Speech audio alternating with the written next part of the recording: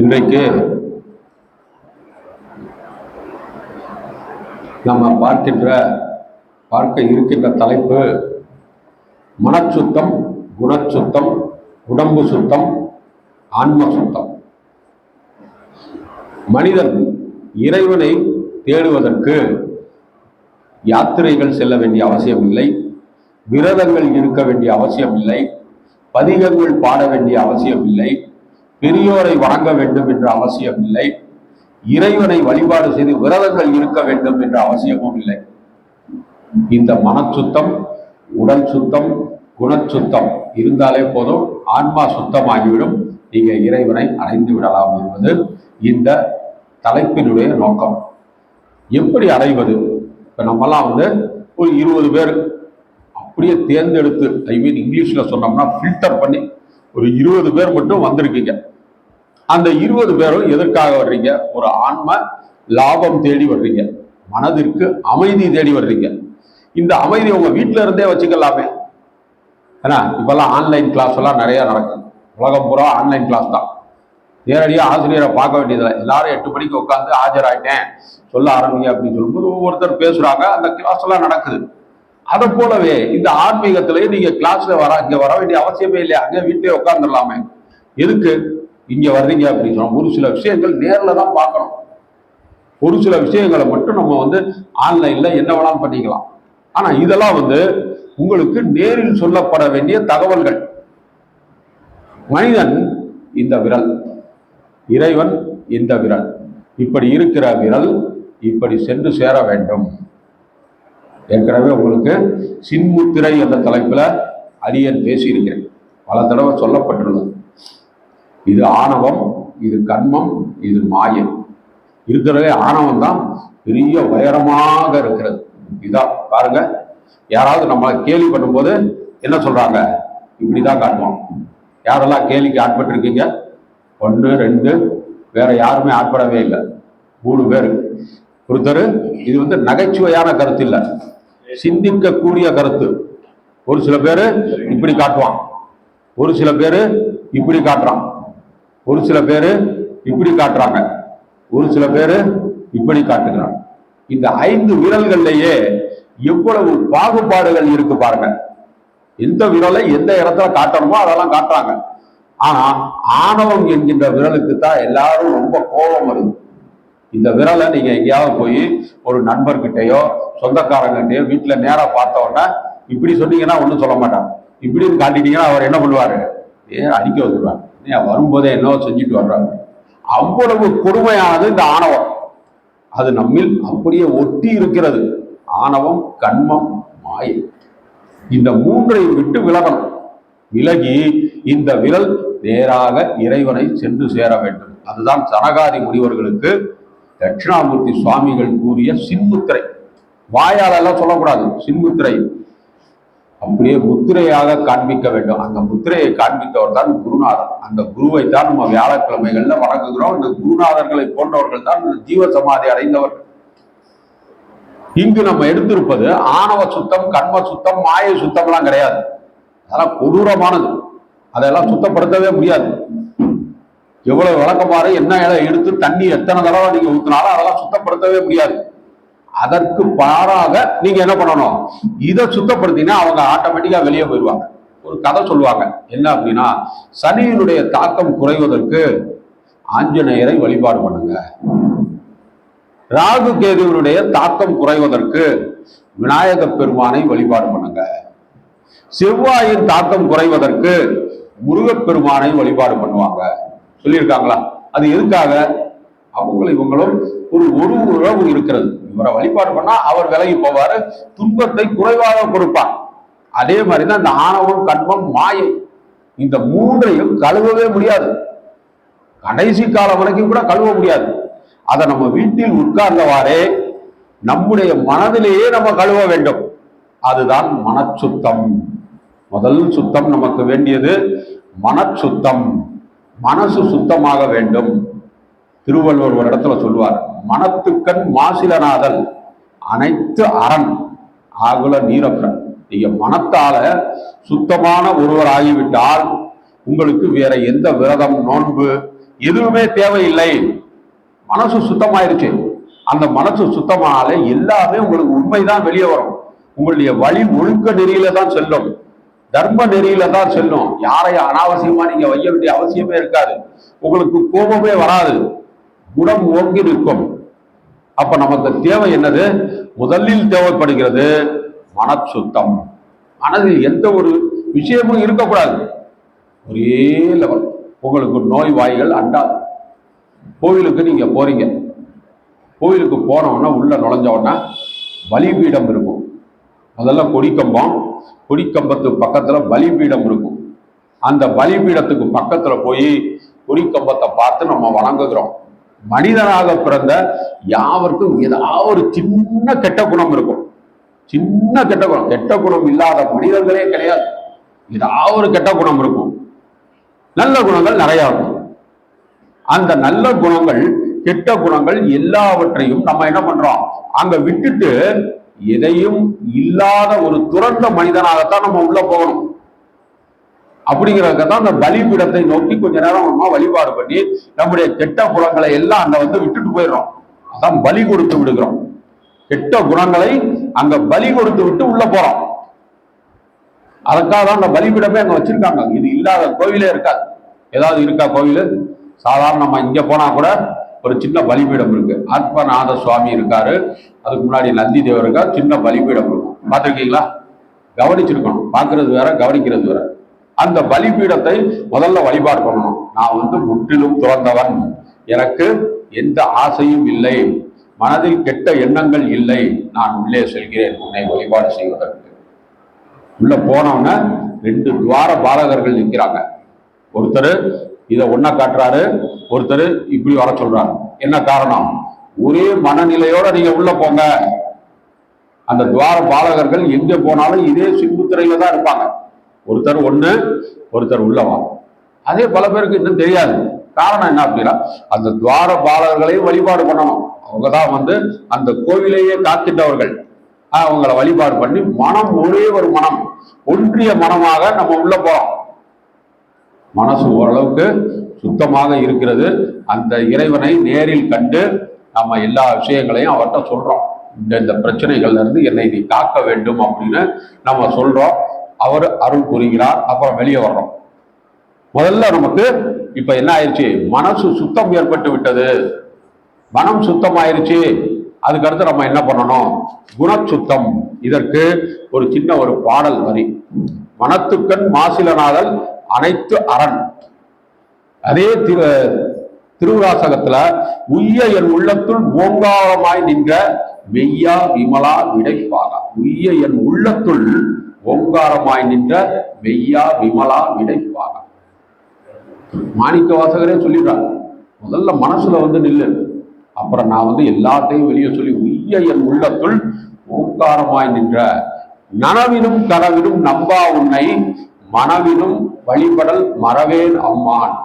மனதாலையும் நான் என்ன பண்றேன்? உன்னை வழிபாடு செய்து கொண்டே இருப்பேன். மன சுத்தம் பெருக்கி வந்துகிட்டே இருக்கிறது. உங்களுக்கு ஒரு சின்ன சந்தேகம் இந்த இடத்துல வரணும். மனம் குணம் என்று ஒண்ணுதானே அப்படின்னு? மனம் குணம் ஒன்று கிடையாது. மனம் என்பதற்கு பொருள் ஆங்கிலத்துல மைண்டு, குணம் என்பதற்கு பொருள் கேரக்டர், பண்பு நலன்கள். மனம் ஒரு பொருளை உடனே பற்றும், குணம் அதை தடுக்கும். ரோட்ல ஒரு கார் போய்கிட்டே இருக்கு, இந்த காரை நான் வாங்க போறேன் அப்படின்னு சொல்லி மனம் அதை விரும்பும். ஆனா குணம் என்ன சொல்லும்? ஓயா நீ கெட்ட கெட்டுக்கு உனக்கு கார் வேணுமா? சைக்கிளே உங்ககிட்ட கிடையாது சொல்லுதா? நமக்கு இருந்தால்தான் அந்த குணம் வழி கொடுக்கும். ஒரு சின்ன ஒரு பொருள் வாங்கிட்டீங்க, பணிய ஆரம்பிக்குது, இல்லது ரொம்ப போச்சுன்னா 5 ரூபாயில இருந்து 10 ரூபா இருக்கும். உங்க மனம் கேட்கிறது, உங்க குணம் என்ன சொல்லுது? அதை ப்ரொசீட் பண்ணுது. வாங்கி சாப்பிட என்ன இருக்கு? 10 ரூபா தானே.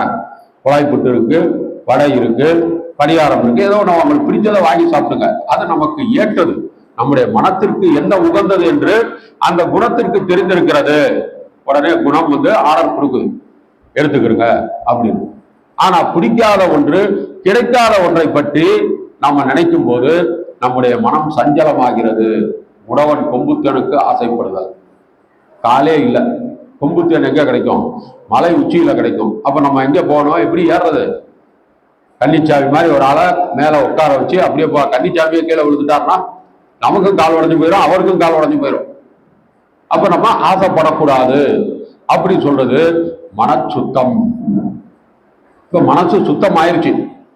ஏன்னா மனவினும் கனவினும் நனவினும் நம்பா உன்னை மனவினும் வழிபடல் மறவேன். இதெல்லாம் நம்ம பணத்தை கெட்டு இறைவன்ட வழிபாடு பண்ணுகின்ற பதிகத்துல இருந்து எடுத்தது.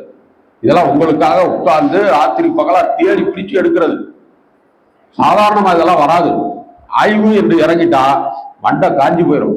இப்ப எல்லாரும் பண்றது ஆய்வோ இல்லையா அப்படின்னு சொல்லி எனக்கே தெரியாது. ஒரு சில பேர் ஆய்வு செஞ்சுட்டு வர்றாங்க, ஒரு சில பேர் நேரம் ஒப்படைக்கிறாங்க. ஒப்பு வைக்கிறது சாதாரண விஷயம். ஆய்வு என்பது உங்களிலே தப்பாயிடக்கூடாது, உங்களை புரிய வைக்கணும். நீங்க சாதாரண பாமர மக்கள், 5ஆம் கிளாஸ்ல இருந்து டிகிரி படிச்சவங்க இருப்பீங்க. உங்களுக்கு தவறுதலாகவும் தெரியக்கூடாது, நல்லதாகவும் கரெக்டா இருக்கணும். சொல்றது விஷயம் திருப்தியா சொன்னார். போன வாரம் ஒரு குரல் போட்டிருந்தார் நம்முடைய யாரு சிவகுமார். இந்த குரலுக்கு ஏற்றதாக நமக்கெல்லாம் புலவர் அவர்கள் திகழ்கிறார்கள். அரியருக்கு ரொம்ப மகிழ்ச்சி. அந்த அளவிற்கு உங்களுடைய ஆராய்ச்சி திறன் பெருகி இருக்கு. நீங்களும் இந்த குரலை வச்சு ஒருத்தரை எடை போடணும் இல்லையா? எடை போடுற அளவுக்கு நீங்கள் பக்குவப்பட்டிருக்கீர்கள் என்பதற்காக அரியருக்கு ரொம்ப மகிழ்ச்சி ஏற்பட்டது. காரணம் என்ன அப்படின்னா, நீங்களுக்கும் சிந்திக்கும் திறன் வந்துகிட்டே இருக்கணும், அரியருக்கும் சிந்திக்கும் திறன் வந்துகிட்டே இருக்கணும். அப்பதான் கூட்டத்துல பல தலைவர்களை, பல புலவர்களை தேர்ந்தெடுக்க முடியும். அரியர் மட்டும்தான் புலவரோ தலைவர் அப்படின்னு சொல்ல முடியாது. நீங்களும் இந்த இடத்துல பேசணும் ஒரு காலத்துல. அந்த அளவுக்கு உங்களை பக்குவப்படுத்த வேண்டும், நீங்களும் பக்குவப்படுத்திக் கொள்ள வேண்டும் உங்களை. இப்ப மனச்சுத்தம் முடிஞ்சிருச்சு. ஒரு கதவு வாசல் ஆத்ம ஞான சபையில கேட்ல உள்ள வந்துட்டீங்க. இப்ப படி ஏற போறீங்க. படி எத்தனை படிக்கட்டு இருக்கு யாராவது சொல்லுங்க? 18. அவர் எண்ணி வச்சிருக்காரு கன்னிச்சாமிங்கிறனால. சாமி 18ஆ 16ஆ? 19. உங்க ஒரு ஆள் போய் எண்ணிட்டு வாங்க. ஏன்னா இதே ஒரு ஆர்குமெண்ட் பண்ணலாம் போல. ஆனா பெரும்பாலும் 16 படிகள் தான் வைப்பாங்க. 18 வாய்ப்பு இல்லை. 19 இந்த மாதிரி ஒத்தப்படையில வைக்க மாட்டாங்க. 16 படிகள் தான் பெரும்பாலும் இருக்கும். போகும்போது எண்ணி பார்க்கணும். நானே எண்ணி பார்க்கல. ஏன்னா அந்த மாதிரி அடுத்து படிக்கட்டு ஏற முன்னாடி நமக்கு மனச்சுத்தம் ஏற்பட்டு விட்டது. அடுத்து நம்ம என்ன சுத்தப்படுத்தணும்? குணத்தை சுத்தப்படுத்த வேண்டும். மனச்சுத்தத்திற்கு அடுத்து குணச்சுத்தம். குணம் ஒரு சில பேர்கிட்ட ஒவ்வொரு மாதிரி இருக்கும். ஒரு சில பேர் எப்பவும் சிரித்த முகத்தோட பேசுவாங்க, ஒரு சில பேர் எப்பவுமே சிறுமுந்தியாக இருப்பாங்க, ஒரு சில பேருக்கு அடிக்கடி கோபம் வரும். அடியனை போன்று அப்படியே ஒத்துக்கிறோம் இல்லையா? இருக்கிற சொல்லிடணும்ல. ஏன்னா இது ஆன்மீக கூட்டம். எனக்கு சிறு வயதுல இருந்தே அதே மாதிரிதான், கோபம் ரொம்ப வரும். ஆனாலும் ஒரு சின்ன பழமொழி, கோபம் இருக்கும் இடத்தில் குணம் இருக்கும். அதுதான் எனக்கு. எங்கேயுமே அந்த கோபத்தை நான் எவ்வளவோ விடணும்னு பார்க்க, எத்தனையோ அறிஞர்களுடைய புத்தகத்தை படிச்சிருக்கேன், முடியவே முடியல, விட்டாச்சு. இனிமே அந்த கோபம் போகுமா? 60 வயசு ஆச்சு, இனிமே போகுமா? போக வாய்ப்பே கிடையாது. கண்ட்ரோல் வேணாலும் பண்ணிக்கலாம், ஆனா அந்த குணம் போகவே போகாது. அந்த குணம் எப்படி இருக்க வேண்டும்? குணம் என்னும் குண்டேறி நின்றார் இளமிசை நீடு வாழ்வார். குணத்திலேயே மிக உயரமான இடத்தில் இருப்பாங்க. நீங்க மலை முகட்டில போய் நில்லுங்க, எவரெஸ்ட் சிகரத்துல கூட போய் நில்லுங்க, உங்களுடைய குணம் தான் அங்கு பேசப்படும். இல்ல கீழே நின்னாலும் உங்களுடைய குணம் தான் பேசப்படும். எப்படிப்பட்ட குணம்? பௌத்த சமயத்துல எல்லாம் சொல்லுவார், உங்களுடைய குணம் தான் முதலில் மதிக்கப்படும், பின்புதான் உயரம், குட்டை, மேடு, பள்ளம், பணக்காரன், ஏழை. உங்களுடைய குணம் எப்படி? பெரியோர்களை எப்படி மதிக்கிறீர்கள்? ஒரு சில பேர் எதிர்த்தாப்புலேயே கால் மேல கால் போட்டு உட்காருவான், அந்த காலை ஓடோன்னு ஆட்டிக்கிட்டே இருப்பாங்க.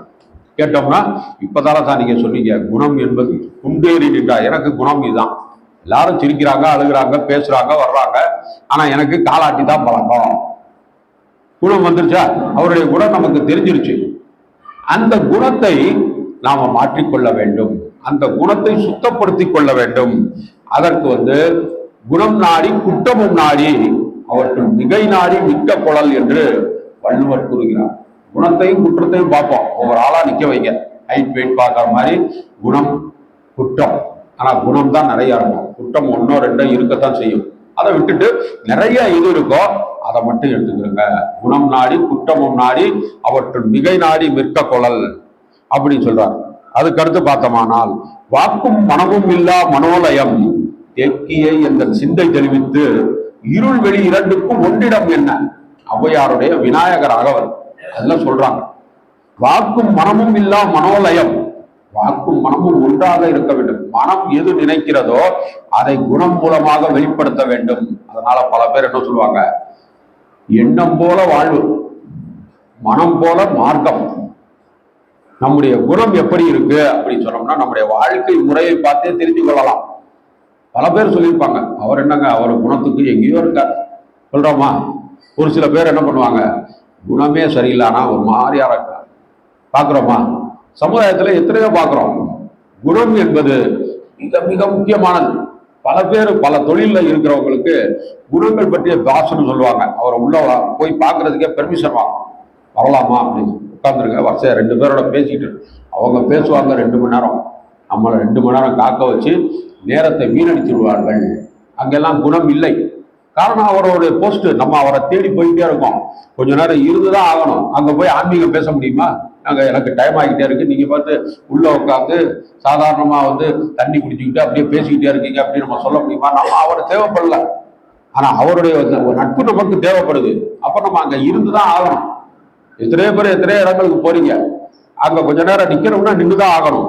இறைவருக்கு அந்த எண் குணங்கள் இருக்கிறது, நமக்கு 1 2 இருக்கு. கோழில் பொறியில் குணவிலவே என் குணத்தான் தாளை வணங்கா தலை என்பது வள்ளுவருடைய வாக்கு. இங்க வள்ளுவம் தான் நிறைய வருது. தேவார திருவாசகத்தை காட்டிலும் வள்ளுவருடைய கருத்துக்கள் தான் நம்ம உடனடியாக நினைவுக்கு வரும். ஏன்னா தேவார திருவாசகத்தை யாரும் நிறைய படிக்கல, இங்க வந்தவங்க தான் படிக்கிறாங்க. ஆனா திருக்குறளை பள்ளிக்கூடத்துல இருந்தே படிச்சுக்கிட்டு வந்தாங்க. ஆனா நம்ம தான் மறந்துட்டோம். அவர் சொன்னதெல்லாம் இருக்கு, ஆனா நம்ம மறந்துட்டோம். இந்த எண்குணங்களும் இருக்கின்ற இறைவனைத்தான் நாம இறைவன் என்று நினைத்து வழிபாடு செய்கிறோம். என்ன குணங்கள் அவருக்கு? எல்லாமே தெரியும். உற்றுணர்வினன், மலங்களில் நின்று பாசங்களில் நீண்டு வெளியேறிய தன்மை. யாரும் அவருக்கு கோச்சிங் பண்ண வேண்டிய அவசியமே இல்லை. உற்றுணர்வினன். நம்ம முற்றுணர்வினரே கிடையாது, கொஞ்சம் தான் தெரியும். அந்த கொஞ்சம் தெரிஞ்சவன நம்ம கர்வத்தோட தெரிகிறோம், இருக்கிறதே மறந்துடும். ஆனா இறைவன் அப்படி கிடையாது. என்றும் ஒரே நிலையில் நிற்பவன், எல்லோருக்கும் அருள் புரிய காத்திருக்கவன். ஒருத்தருக்கு ஒருத்தர் விட்டு கொடுத்து அருள் புரிவதெல்லாம் நம்ம தான் நினைச்சுக்கிறது. இந்த அம்மா 10 வாரமா போயிட்டே இருக்கு துர்கா பூஜைக்கு. நாம இந்த அம்மா இன்னொரு அம்மா 2 வாரம் வந்தாங்க, உடனே அவங்களுக்கு நினைச்சது நடந்துச்சு. இல்ல என்ன கருத்து இருக்கு? அதுல ஒரு போட்டி போறாங்க. நான் 10 வாரம் போய் எனக்கு நடக்கல, இவங்க 2 வாரம் போய் உடனே நடந்துச்சு. இந்த மாதிரிலாம் நம்ம குணத்தையோ அந்த நினைத்ததையோ இடம் போடக்கூடாது. நம்ம வேண்டியது என்னது? இறைவனிடத்தில் அருள் வேண்டி செல்கிறோம், இறைவனுடைய குணத்தை என்கிறோம். கொள்வாரேனும் குணம்பல நன்மைகள் செய்வாரேனும் ஒரு இடத்துல வருது திருவாசகத்துல. கொள்வாரேனும் குணம்பல நன்மைகள் இல்லாரேனும் இயம்புவராயிடின். எல்லாருமே இறைவனுக்கு சமானம். இறைவன் முன்பு எல்லோரும் சமமானவர்கள். நம்ம எல்லோரிடத்திலும் எல்லா விதமான உண்மைகளும் ஆற்றல்களும் நிறைந்திருக்கின்றன. நாம தான் என்ன பண்றோம், இது எங்களால முடியாதுன்னு சொல்லிட்டு வெளியேறோம். இதுவா இதை எங்களால முடியாதுங்க, இதெல்லாம் செய்யற மாதிரி இல்லை, நான் இல்லை, எனக்கு வயசாயிடுச்சு, நான் செய்யற தொழிலே வேறு. அதே மாதிரி ஒரு இடத்துல திருநாவுக்கரசரே காண்பிக்கிறான். நெக்குள் ஆர்வம் மிக பெருகி நிறைந்து அக்கு மாலை கூட அன்பையில் எண்ணுவார் தக்க வானவரா தகுவிப்பது நக்கன் நாமம் நமச்சிவாயலே. நெக்குள் ஆர்வம், குணத்துல இந்த மந்திரங்களை எல்லாம் அப்படியே படிச்சு அப்படியே மனத்தில் அமைத்து அந்த மனதினால் குணம் மாறி நம்ம எல்லாம் என்ன பண்றோம், அப்படியே ஒப்பிக்கிறோம். இப்ப தீ மிதித்தெல்லாம் வருது, அங்க ஆடி திருவிழா இப்ப நடந்துகிட்டு இருக்கு. அவங்க எல்லாம் எப்படி பண்றாங்க? அவங்களுக்கெல்லாம் சுடாதா? காயங்கள் ஏற்படாதா? காவடி எல்லாம் இருக்கும்போது இந்த இடத்துல எல்லாம் வேலெல்லாம் குத்தி அவங்களுக்கெல்லாம் வலிக்காதா? புண்ணு ஏற்படாதா? அதெல்லாம் குணச்சுத்தம். மனச்சுத்தம் முடிஞ்சு குணச்சுத்தம் வந்துட்டாங்கன்னா எதுவுமே தெரியாது. அப்படியே எங்க வேணாலும் நீங்க போகலாம். ஒரு அம்மா ஒரு பெரிய கிளவி அப்படியே கையாலேயே எண்ணெயில ஊற்றி பட சுடுது. இதெல்லாம் எப்படிங்க? என்ன ஒரு சூழ்நிலை! யாருக்காலும் சிந்திச்சதுண்டா? அதெல்லாம் மனச்சுத்தம் ஏற்பட்டுருச்சு, அப்புறம் குணச்சுத்தம் வந்துருச்சு, எல்லாமே நடக்கும். 2 படிக்கட்டுல ஏறிக்கிட்டே இருக்கீங்க, 16 படியா 18 படியா அப்படின்னு சொல்லி இப்ப ஏறிக்கிட்டே இருக்கீங்க. குணச்சுத்தம் வந்துட்டீங்க, குணம் சுத்தமாயிருச்சு. யாரை பத்தி எக்கேடும் எதுவுமே நினைக்கிறதே இல்லை, சுத்தமா இருக்கு. ஆன்மா சுத்தம். அடுத்துக்கு நீங்க போறீங்க. அதுக்கு முன்னாடி உடல் சுத்தம் என்கின்ற ஒன்று இருக்கிறது. 2 சுத்தத்தை நீங்க கடந்து வந்துட்டீங்க. மனச்சுத்தம், குணச்சுத்தம். இந்த 2 சுத்தம் வர்றதுக்கே பெரும்பாடுபட வேண்டியிருக்கும். ராத்திரியில தூக்கம் வராது. நான் திடீரென்று எப்படி என்னுடைய குணநலத்தை மாற்றிக்கொள்வது? இந்த குணநலத்தோட போறோம்னா பழைய ஆளுகள்லாம் எங்களை என்ன நினைப்பாங்க? இதுவரைக்கும் நான் நெட்டியில பொட்டே வச்சுக்கிட்டதில்ல. இப்ப பட்டையெல்லாம் போட்டு பெரிய குங்கும பொட்டோட நான் போனேன்னா வீட்டில் என்னை என்ன நினைப்பாங்க? அப்படியெல்லாம் சந்தேகம். ஆனாலும் நம்ம குணச்சுத்தம் அடைந்திருப்பதற்கு ஒரு வழிகாட்டியாக, ஒரு பொருளாக இருப்பது இந்த சிவ சிந்தனைகள். ருத்ராட்ச மாலை எல்லாம் போட்டிருக்கோம், திருநீர் அணிந்திருக்கிறோம், விரதங்கள் இருக்கிறோம், வாரத்துல 3 தடவை ஜீவசமாதிகளை சென்று வழிபாடு செய்கிறோம், அன்னதானங்கள் கொடுக்கிறோம், கனிகள் தானம் கொடுக்கிறோம். இப்படி எத்தனையோ செய்யறோம். நம்முடைய மாற்றங்கள் நமக்கே தெரிய வருது. ஒரு 5 வருஷத்துக்கு முன்னாடி இதெல்லாம் நம்ம செஞ்சோமா, ஏன் செய்யல? இப்பதானே அந்த அருள் கூடி இருக்கிறது. அந்த கூடுவதற்கான மூல காரணம் என்ன என்று மனது சிந்திக்கிறது. மனது சிந்திக்கும் போது சொல்கிறது, கண்ணிருந்தும் குருடாக இருந்து விட்டேனே 55 வருஷம். 5 வருஷத்துல தான் இதை நான் செய்யறேன். இதை நான் 25-30 வருஷமா நான் செஞ்சிருந்தேன்னா எவ்வளவு புண்ணிய கணக்கு என்னுடைய அக்கௌண்ட்ல சேர்ந்துருக்கும். அதெல்லாம் ஆன்மீகம்லாம் யாருக்குமே உடனே வந்துடாது. சில பேருக்கு 25 வயசுல வரும், சில பேருக்கு 75 வயசுலயும் வரும். யாருக்கு என்னைக்கு எப்போ வரும் சொல்லி சொல்லவே முடியாது. அதுதான் ஆன்மீகம், அதுதான் அதிசயம். அது அவங்கள நேரம் இங்க கொண்டு வந்து உட்கார வச்சிரும். இந்த ஆத்மா ஞான சபை எங்கேயோ ஒரு இடத்துல அவங்களை கொண்டு வந்து உட்கார வச்சு பதிகம் பாட வைக்கும். அப்ப நீங்க என்ன பண்ணுவீங்க? மனச்சுத்தம் முடிந்து குணச்சுத்தம் முடிந்துருச்சு, குணச்சுத்தம் சுத்தம் ஆயிருச்சு. இப்ப அடுத்து நீங்க செய்ய போற சுத்தம் உடல் சுத்தம். உடல் சுத்தம் என்பது மிக மிக இன்றியமையாதது. குணச்சுத்தம் மனச்சுத்தம் அப்படியே அழுந்தி உங்களிடத்தில் உட்கார்வதற்கு முதலில் உங்களுக்கு தேவைப்படுவது எது? உடல் சுத்தம். உடல் சுத்தம் என்பது என்ன? சோப்பு போட்டு கழுவுறதா? புறந்தூய்மை நீரானமையும் அகந்தூய்மை வாய்மையார் காணப்படும் என்பது வள்ளுவர் வாக்கு. அகந்தூய்மை இந்த 2ஐயும் அதுல சேர்த்துட்டார். சோப்பு போட்டு குளிச்சோம்னா உடம்புல இருக்கிற அழுக்கெல்லாம் போயிடும். ஆனா அகத்தை தூய்மை செய்துட்டீங்கன்னா உங்களுக்கு இறையருள் கிடைத்து விடும். அதை ஒரு 2 வரியில சாமானியமா சொல்லியிருக்கார். புறந்தூய்மை நீராளமையும், இந்த உடம்பில் உள்ள மேலுள்ள அழுக்குகளை நீர் போக்கிவிடும். அகந்தூய்மை வாய்மையார், நீங்க செய்கின்ற உண்மையான தகவல்கள் உண்மையான செயல்களால் மட்டுமே உங்களுக்கு உடல் தூய்மை ஏற்படும். அந்த உடல் தூய்மை ஏற்படுவதற்கு என்ன செய்யணும்? இப்ப கொஞ்ச நேரத்துக்கு முன்னாடிதான் நம்ம பேசணும் முன்னுரையில. காலகாலத்துல எந்திரிச்சிடணும். எந்திரிச்சு உங்களுடைய காலை கடன்களை எல்லாம் முடித்து விட்டு சூரிய வழிபாடு செய்து உடம்பை சுத்தமாக வைத்துக் கொள்ள வேண்டும். கூழானாலும் குளித்து குடி, கந்தலானாலும் கசக்கி கட்டு என்பது பழமொழி. அதை நம்ம எல்லோருமே பின்பற்ற வேண்டும். நல்ல நெற்றியில திருநீர் குங்குமம் ஆயிட்டு வாரத்தில் 2 நாட்கள் ஒரு கோயிலுக்கு போகிறோம். அதிலும் பிரசித்தி பெற்ற கோவில்களுக்கு போகணும். 108 திவ்ய தேசங்கள்ல ஏதாவது ஒண்ணு, ஒரு முருகனுடைய கோவில், ஒரு சிவன் கோவில், அந்த கோவில் படிக்கட்டு கண்டிப்பாக நீங்க போகணும். அது குடும்பத்தோட போனோம்னா இன்னும் உங்களுக்கு நல்ல ஆரோக்கியம் கிடைக்கும். அதற்கப்புறம் அங்க இறைவனுடைய வழிபாடு செய்யணும். அங்க போய் 4 பதிகங்கள் படிக்கணும். வாசி தீரவே காசு நல்குவேன், மாசின் விழலையில் ஏற்றல் இல்லை. மனித வாழ்க்கைக்கு மிக முக்கிய அத்தியாவசியமான தேவை எது? பணம் தான். பொருள் இல்லாருக்கு இவ்வுலகம் இல்லை, அருள் இல்லாருக்கு அவ்வுலகம் இல்லாகியாங்கு என்பதும் வள்ளுவர் வாக்கு. பொருள் இல்லைன்னா இங்க பிழைக்கவே முடியாது, அருள் இல்லைன்னா அங்க மேல போகவே முடியாது. ஆக 2ஐயும் சேர்ப்பதற்காகத்தான் நம் மனித பிறவி எடுத்திருக்கிறோம். இங்க இருக்கும் வரை பொருள், மேல போறதுக்கு அருள். 2 எங்க கிடைக்கும்? பொருள் நம்ம சம்பாதிச்சு தான் தேடணும். அருளை இந்த மாதிரி ஆத்ம ஞான சபையில நீங்க இந்த சொற்பொழிவுகள்லாம் கேட்டீங்கன்னா உங்களுக்கு கண்டிப்பாக அருள் கிடைக்கும். அந்த அருளை நீங்க அங்க சொல்ற மாதிரி வாரந்தோறும் சரியான நேரத்திற்கு எல்லாவற்றையும் கேட்கணும். ஆரம்பம் முதல் இறுதி வரை எல்லா விஷயங்களையும் நீங்க கேட்டீங்க அப்படின்னா உங்களுக்கு மனச்சுத்தம், குணச்சுத்தம், அடுத்தது உடல் சுத்தம். உடல் சுத்தம் அப்படின்னு சொல்லும்போது ஒரு சில விஷயங்கள் அதை யாரும் தவறா எடுத்துக்கிறவரா. வரும்போது நல்ல ஒரு துணிமணியோட, நல்ல ஆண்கள்லாம் நல்லா ஷேவிங் பண்ணி நல்லா நீட்டா இங்க உள்ள உட்காரணும். இது ஒரு சபை என்பதை பல பேர் மறந்துடுறாங்க. இந்த சபையில உட்கார்ந்தவொன்னா ஒருத்தர் என்ன பண்ணணும்? நன்றி செலுத்தணும். இருகரம் கூப்பி திருச்சிற்றம்பலம் அப்படின்னு சொல்லணும். ஏன்னா ஹலோ எப்படி இருக்கீங்க, நேற்று என்ன உங்களை பார்க்க முடியாது, இது ஆன்மீக சபை, இங்க வந்து ஹலோங்கிற பேச்சுக்கெல்லாம் இடம் கிடையாது. இதெல்லாம் உடல் சுத்தத்துல சேர்றது. மனச்சுத்தம் குணச்சுத்தம் நீங்க அடைஞ்ச பிறகு உடல் சுத்தத்துல சேரணும்.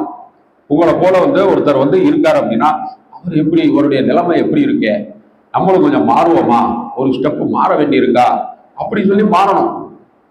தாய்மார்கள் இருக்காங்க, அந்த தாய்மார்களும் என்ன பண்ணணும், நமக்கெல்லாம் வந்து ஒரு நல்ல ஒரு வழிகாட்டியாக விளங்க வேண்டும். ஒரு தாய்மார்கள் ஒரு அம்மா பேசுறாங்க அப்படின்னா இன்னொருத்தங்க பேச வரணும். இல்லை நான் பேசி பழக்கம் இல்லை அப்படின்னா அவங்க எப்படி கத்துக்கிட்டாங்க, அதெல்லாம் வந்து பார்க்கணும்.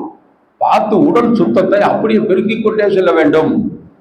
வரும்போது நல்ல ஒரு நீட்டா ஒரு ட்ரெஸ் போட்டு நல்ல ஆத்ம ஞான சபையில வந்து உட்காரும் போது என்ன, அங்க வந்தோம்னா பேச்சு வந்து சுத்தமா சுகாதாரமான பேச்சுக்களாக இருக்க வேண்டும். அன்னைக்கு இந்த அம்மா வந்து கலைவாணி அம்மா முதல் அன்றாட வாழ்க்கையில் சிவசிந்தனை முதல்ல அவங்க கொடுத்தோம். அவங்க சபையறிந்து பேசாம ஒரு மாயா பேசிட்டாங்க. காலையில சிக்கன் ரோஸ்ட்டு நான் வாங்க போவேன், மதியம் வந்து மட்டன் ரோஸ்ட்டு, அதெல்லாம் வந்து சபையில சொல்லக்கூடாத ஒன்று. அசைவ உணவு முடிஞ்சு போச்சு எல்லாம். நான் அப்புறம் சொன்னேன், சபையில இந்த பேச்செல்லாம் வரக்கூடாது, சபையில நாகரிகம் அறிந்து பேச வேண்டும். வெளியே போறேன் அப்படின்னு சொல்லிட்டு தான் போகணும், போன் பேசிட்டு வரேன் அப்படின்னு சொல்லி பேசக்கூடாது. வெளியே தான் 5 நிமிஷம் அவ்வளவுதான். இதெல்லாம் உடல் சுத்தத்தில் அடக்கம். ஆக உங்களுக்கு படிக்கட்டு ஏறி இந்த ரூமுக்கு வந்துட்டீங்க. முதல் 3 சுத்தம் முடிஞ்சிருச்சு. மனச்சுத்தம், குணச்சுத்தம், உடல் சுத்தம் முடிஞ்சிருச்சு. உடல் சுத்தம் முடிஞ்சு அந்த ரூமுக்கு போக போறீங்க. இப்ப அடுத்தது என்னது, ஆன்ம சுத்தம். கடைசி வந்துருச்சுங்க. அந்த ஆன்ம சுத்தம் வர்றதுக்கு முன்னாடி உடல் சுத்தத்தை பற்றி பல பேருக்கு இன்னும் சில தகவல்கள் சொல்ல வேண்டி இருக்கிறது. இப்ப நம்ம ஜீவ சமாதியெல்லாம் போறோம். அந்த ஜீவ சமாதியில போனீங்கன்னா ஒரு விதமான ரோஜா மலருடைய மனம் வந்து கொண்டிருக்கும். யாராவது உணர்ந்தவர்கள் உண்டா? 1 2 ஒரு 4 பேர் மட்டும் உணர்ந்திருக்கீங்க. அந்த ரோஜா மலருடைய அது ஊதுபத்தியோ ஏதாவது ஒரு தைலங்கள் போடுறதுனால அந்த வாசனை வராது. கீழே இருக்கின்ற ஜீவ சமாதியில இருக்கிறவங்க ரோஜா மலர் போன்ற மலர்கள், வாசம் உள்ள மலர்கள் அவர்களுக்கு ரொம்ப பிடிக்குமா. ஒரு இடத்துல திடீரென்று ஜீவ சமாதியில உள்ளவர் இறந்திருப்பார், அவர் எப்படி உயிரோட இருக்க முடியும் அப்படி சொல்லிட்டு ஒரு கேள்வி வந்து அப்படியே அந்த இடத்துல லேசா எடுத்து பார்க்குறாங்க. அவர் சிவநாமத்தை உச்சரித்து கொண்டு அப்படியே உள்ள உட்கார்ந்துருக்காராம். ஆனா ஒரு சாதாரண உடலை உள்ள வச்சுட்டு நீங்க தோண்டி பார்த்தீங்கன்னா பயங்கரமான துர்நாற்றம் வீசும். ஆனா அந்த இடத்துல ரோஜா மலருடைய அந்த நல்ல ஒரு வாசனை அங்க வந்துச்சா. அதை வந்து ட்விட்டர்லயும் இன்ஸ்டாகிராம்லயும் ஒருத்தர் போட்டிருந்தார். அந்த உடல்நிலை எப்படி ஆயிருக்கும், அந்த உடலினுடைய நிலை எப்படி இருக்கும் அப்படின்னு சொல்லி போட்டோ எடுத்து போட்டிருந்தான். அப்படியே கூணி குறுகி இவ்வளவு ஆயிட்டார். அந்த மகான் வந்து ஜீவ சமாதியில உட்கார்ந்த மகான் இவ்வளவுதான் இருக்காரு. சாதாரண நம்மளை போல இருந்தவர் ஒரே மாதிரி வருஷக்கணக்கில், கிட்டத்தட்ட குட்டையா ஞான சுவாமியே 150 ஆண்டுகள், சன்னாசி சித்தர் சுவாமி 200 ஆண்டுகள். 200 ஆண்டுகள். நம்ம 2 மணி நேரமோ 25 நிமிஷமோ ஒரே மாதிரி உட்கார முடியாது. அவங்க 150 ஆண்டுகளாக ஒரே மாதிரி உட்கார்ந்து அந்த சிவசிந்தனையிலே இருக்கிறனால அவங்களுடைய உடம்பெல்லாம் அப்படி அழுகி மட்கி போய், ஆனா உயிர் இருக்கு, உயிர் இருக்கு, லேசா சுவாசம் வருகிறது. ஆனா அந்த வாசனை பார்த்தீங்கன்னா, மனம் பார்த்தீங்கன்னா, நாற்றம் என்று ஒன்று பார்த்தீங்கன்னா அற்புதமான ஒரு வாசனை. இதுவரைக்கும் நீங்க அதை நுகர்ந்திருக்கவே முடியாது. சாதாரண ஒரு பூவை எடுத்து நீங்க முகந்து இங்க பக்கத்துல கொண்டு போனா தான் அந்த வாசனை வரும். ஆனா அங்க அந்த பாடி வெளியே எடுத்த உடனே பாத்தீங்கன்னா அந்த வாசனை அந்த பகுதி முழுவதும் பரவிச்சான். அவ்வளவு தனித்துவம் வாய்ந்தது உடல் சுத்தம். இந்த உடல் சுத்தத்தை நம்ம கண்டிப்பாக மெயின்டைன் பண்ணணும். மெயின்டைன் பண்ணிட்டு அடுத்து நீங்க போறது என்னது, ஆன்ம சுத்தத்திற்கு போறோம். கடைசி ஸ்டேஜ். கடைசி ஸ்டேஜ்னா என்னது, உயிர் பிரிகின்ற ஸ்டேஜ் கிடையாது, இறைவனுடைய திருவடியில் சேர்கின்ற ஒரு நிலை, சுத்தமான நிலை. அதை மாணிக்கவாசகருடைய ஒரு பாடலை சொல்லியே உங்களுக்கு புரிய வைக்கணும். யாராவது சொல்ல முடியுமா? நீங்க அந்த அளவுக்கு திருப்தியா கேட்குறீங்க அப்படின்னா சொல்லிருவீங்க. நான் இதை பத்தி பல தடவை அந்த வரிகள் சொல்லியிருக்கேன். சொல்லுங்க பார்ப்போம். மெய்யே உன் பொன்னடிகள் கண்டின்று வீடுற்றேன். எங்க? திருப்பெருந்துறையில உங்களுடைய திருவடியை நான் பார்த்து விட்டேன். மெய்யே, உண்மையே, உன் பொன்னடிகள் கண்டின்று வீடுற்றேன். அப்படியே கீழே தான் பார்த்துக்கிட்டே இருக்காரு. இறைவனை பார்க்கவே இல்லை. இந்த படத்தை கூட உங்களுக்கு வாட்ஸ்அப்ல போட்டுவிட்டேன், இருக்கு. மெய்யே உன் பொன்னடிகள் கண்டின்று வீடுற்றேன். அவர் எல்லா சுத்தத்தையும் கடந்துதான் வந்திருக்காரு. உடனே மெய் கிடைச்சிடாது. உடனே இறைவனுடைய திருவடி அவருக்கு கிடைக்கவில்லை. கொஞ்ச நாள் சிந்தனையிலே இருந்தார். குதிரை வாங்கிட்டு வர சொன்னாங்க, குதிரை வாங்கிட்டு வர போனாரு. அங்க இறைவனுடைய ஆற்றலால் அவர் கவரப்பட்டார். 2 சுத்தம் 3 சுத்தம் முடிஞ்சுதான் அங்க போறாரு. இதை நீங்க இங்கேயுமே அந்த வரிகள்லாம் பார்க்க முடியாது. நாங்களா அதை கெஸ் பண்ணணும். இந்த மாதிரி சூழ்நிலை இருக்கு அப்படின்னு சொல்லி பார்க்கணும்.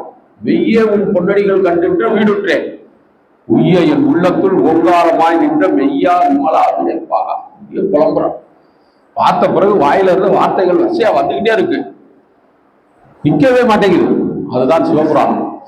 அதுக்கு அடுத்து 3ஆம் சுத்தமான இந்த 3மே சுத்தமாயிடுச்சு. ஆன்ம சுத்தம் கிடைத்து விட்டது. இனி உங்களை எதிர்ப்பதற்கு யாராலையுமே முடியாது. கிட்டத்தட்ட நீங்க என்ன பண்ணிட்டீங்க, இந்த ரூமுக்கு போயிட்டீங்க. ஆன்ம சுத்தம் உங்களை நெருக்கி வந்து விட்டது. உங்களுடைய ஆன்மா சுத்தமாயிட்டது. உடம்பு ஒரு பக்கம் இருக்கு இல்லை, அதுக்கு அப்புறம். ஆனா ஆன்மா சுத்தம் இந்த 3ஆல் உங்களுக்கு கிடைத்து விட்டது. ஆன்ம சுத்தி ஏற்பட்டு விட்டால் முக்தி நிலை, அடுத்தது தெய்வீக நிலை, அடுத்தது இறைவன் திருவடியில் நீங்கள் இரண்டர கலப்பீர்கள். நீங்க நினைக்கலாம், திருஞான சம்பந்தர் இப்படி எல்லாரையும் நம்ம பார்க்கிறோம், நாயன்மார்கள்லாம் அவர்களுக்கு புஷ்பக விமானங்கள்லாம் அனுப்பியிருக்காரு, எங்களுக்கெல்லாம் வராதா? நம்ம இந்த அளவுக்கு சொல்லிக்கிட்டே இருக்கோம், எந்த அளவுக்கு செஞ்சுக்கிட்டே இருக்கோம். நம்ம இறப்பிற்கு பிறகுதான் அந்த நிலையை அறிய முடியும். அதனாலதான் போன வாரம் சொன்னோம், தத்துவம் எப்படி உருமாறுகிறது, தத்துவம் எப்படி தோன்றுகிறது என்று. போன தடவை நம்ம சொன்னது என்ன, ஒரே ஒரு வரி, இறப்பினுடைய நிலை யாருக்குமே தெரியாது, நீங்க போய் சொல்லவும் முடியாது. அதனாலதான் தத்துவமே தோன்றியது. அந்த தத்துவம் தோன்றுவது நமக்கு மட்டும்தான் தெரிய வரும். இப்போ உங்களுக்கு சின்ன சந்தேகம், நானும் சொல்லிக்கிட்டே இருக்கேன். பொருளாளர்லாம் ஒரு போன் அடிச்சோம்னா சீவக்கலப சிந்தாமரை ஒரு பாட்டு வருது. இப்படி ஒரு வகையில எப்படியோ வகையில பக்திகளை அவங்க கடைபிடிக்கிறாங்க. ஆனா ஓரத்துல ஒரு சின்ன ஒரு சந்தேகம், நமக்கெல்லாம் இந்த மாதிரி நிலை ஏற்படுமா? இறைவனே நேரில் அருள் புரிவாரா? என்ன இருக்கும் இருக்காது அப்படின்னு சொல்லி ஒரு சின்ன சந்தேகம். அந்த சந்தேகம் என்ன அப்படின்னு சொன்னோம்னா, நம்ம இறப்பிற்கு பிறகுதான் அது தெரிய வரும். முன்னாடியெல்லாம் தெரிய வராது. இறப்பிற்கு பிறகு என்ன நடக்கப் போகிறது என்பது நமக்கு நம்முடைய சூழ்நிலையில் நமக்கு தெரிய வரும் என்பதுதான் முற்றிலும் உண்மை. இதுல வேற எந்த சந்தேகமுமே கிடையாது. கண்டிப்பாக அந்த நிலை நமக்கு கொடுப்பாகும். நம்ம அந்த அளவுக்கு தாழ்த்தப்பட்டவர்கள்லாம் கிடையாது. இறைவனை பற்றி எண்ணத்தில் 24 மணி நேரம் வாழ்ந்து கொண்டு இருக்கிறோம். ஞாயிற்றுக்கிழமை ஆச்சுன்னா கால் ஆட்டோமேட்டிக்கா நடந்து இங்க வந்துருது. எங்க இருந்தாலும் ஆட்டோமேட்டிக்கா இங்க உட்காருது. காரணம் இறை சிந்தனை. அது போக ஆத்ம ஞான சபையினர் நமக்கு வரவேற்பு கொடுத்து தேநீர் விருந்து எல்லாம் கொடுக்குறாங்க. 6 ஃபேன் நமக்காக ஓடுது. 20 சேர்ல உட்காந்து நல்லா ஜாமா நீட்டா உட்காந்து உங்க என்னவோ செய்யணுமோ அதெல்லாம் செஞ்சுட்டு போங்க, அதிகங்கள் உறக்க பாருங்க, உங்களுடைய இறைப்பணியை தொடருங்கள் என்று அவர்கள் சொல்வது நமக்கு காதார கேட்கிறது. இங்கேயுமே உங்களுக்கு இப்படிப்பட்ட ஒரு வரவேற்பு கிடைக்க வாய்ப்பே கிடையாது. அவங்கள அந்த மேல மாடியில போய் ஒரு பந்தலை போட்டு கொடுப்போம் உட்காருங்க அப்படின்னு சொல்றதெல்லாம் இல்லை. ஆரம்பத்துல இருந்தே நம்ம இங்கதான் உட்காந்துக்கிட்டு இருக்கோம். ஃபேன்லாம் சுத்துது. இந்த மாதிரி ஒரு வழிபாடு, ஒரு ஏற்பாடு செய்து கொடுத்த திரு நாகராஜன் அவர்களுக்கும் ஐயா திரு கோபி அவர்களுக்கும் மற்றும் எங்களுக்கு வழிகாட்டியாக இருந்த ஐயா நாகலிங்கம் அவர்களுக்கும் நாங்க நன்றி சொல்ல கடமைப்பட்டு இருக்கிறோம். ஏனென்றா ஒரு சூழ்நிலையில அந்த மடத்துல இருந்து நம்ம சாதாரண ஒரு சூழ்நிலை கைதியாக வெளியே வந்துட்டோம்.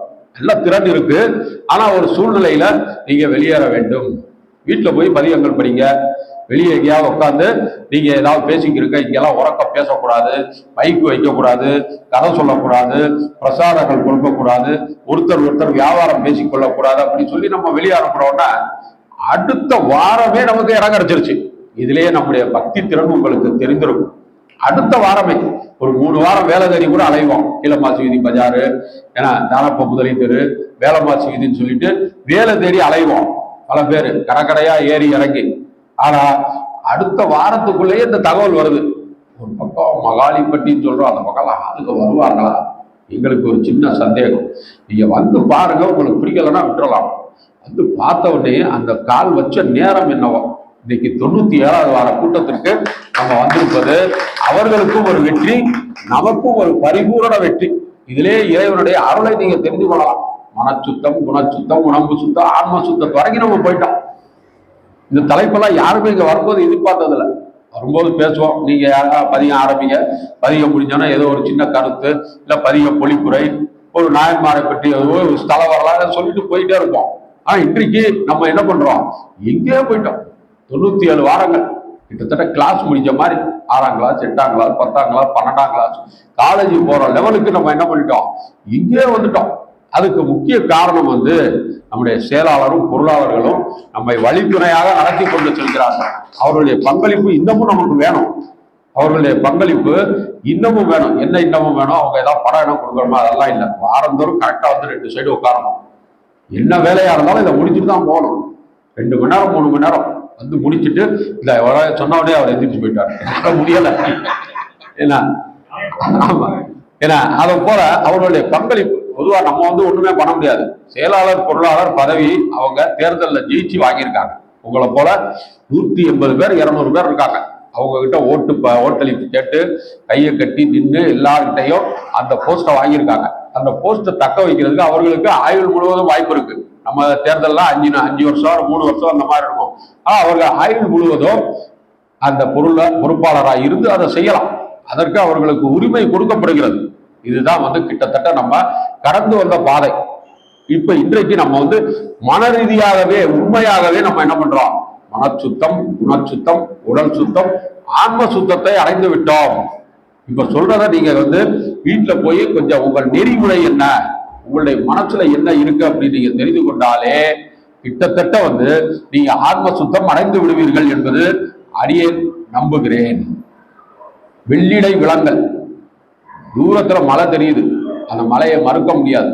அதை போலவே இது கண்டிப்பாக உங்களுக்கு நடக்கும் என்று சொல்லி இந்த வாரத்திய ஆர்வமூட்டலில் மனச்சுத்தம், குணச்சுத்தம், உடல் சுத்தம், ஆன்ம சுத்தத்தை பற்றி நாம் ஒரு சிந்தனை களமாக எடுத்துக்கொண்டு அதில் நல்லபடியா நிறைய தலைப்புகள், நிறைய கருத்துக்கள் உங்களுக்கு கிடைத்திருக்கும் என்று எண்ணுகிறேன். இந்த ஆர்வமூட்டல் உங்களுக்கு சுவையாகவும் சிறப்பாகவும் அமைந்திருக்கும் என்று அடியேன் நம்புகிறேன்.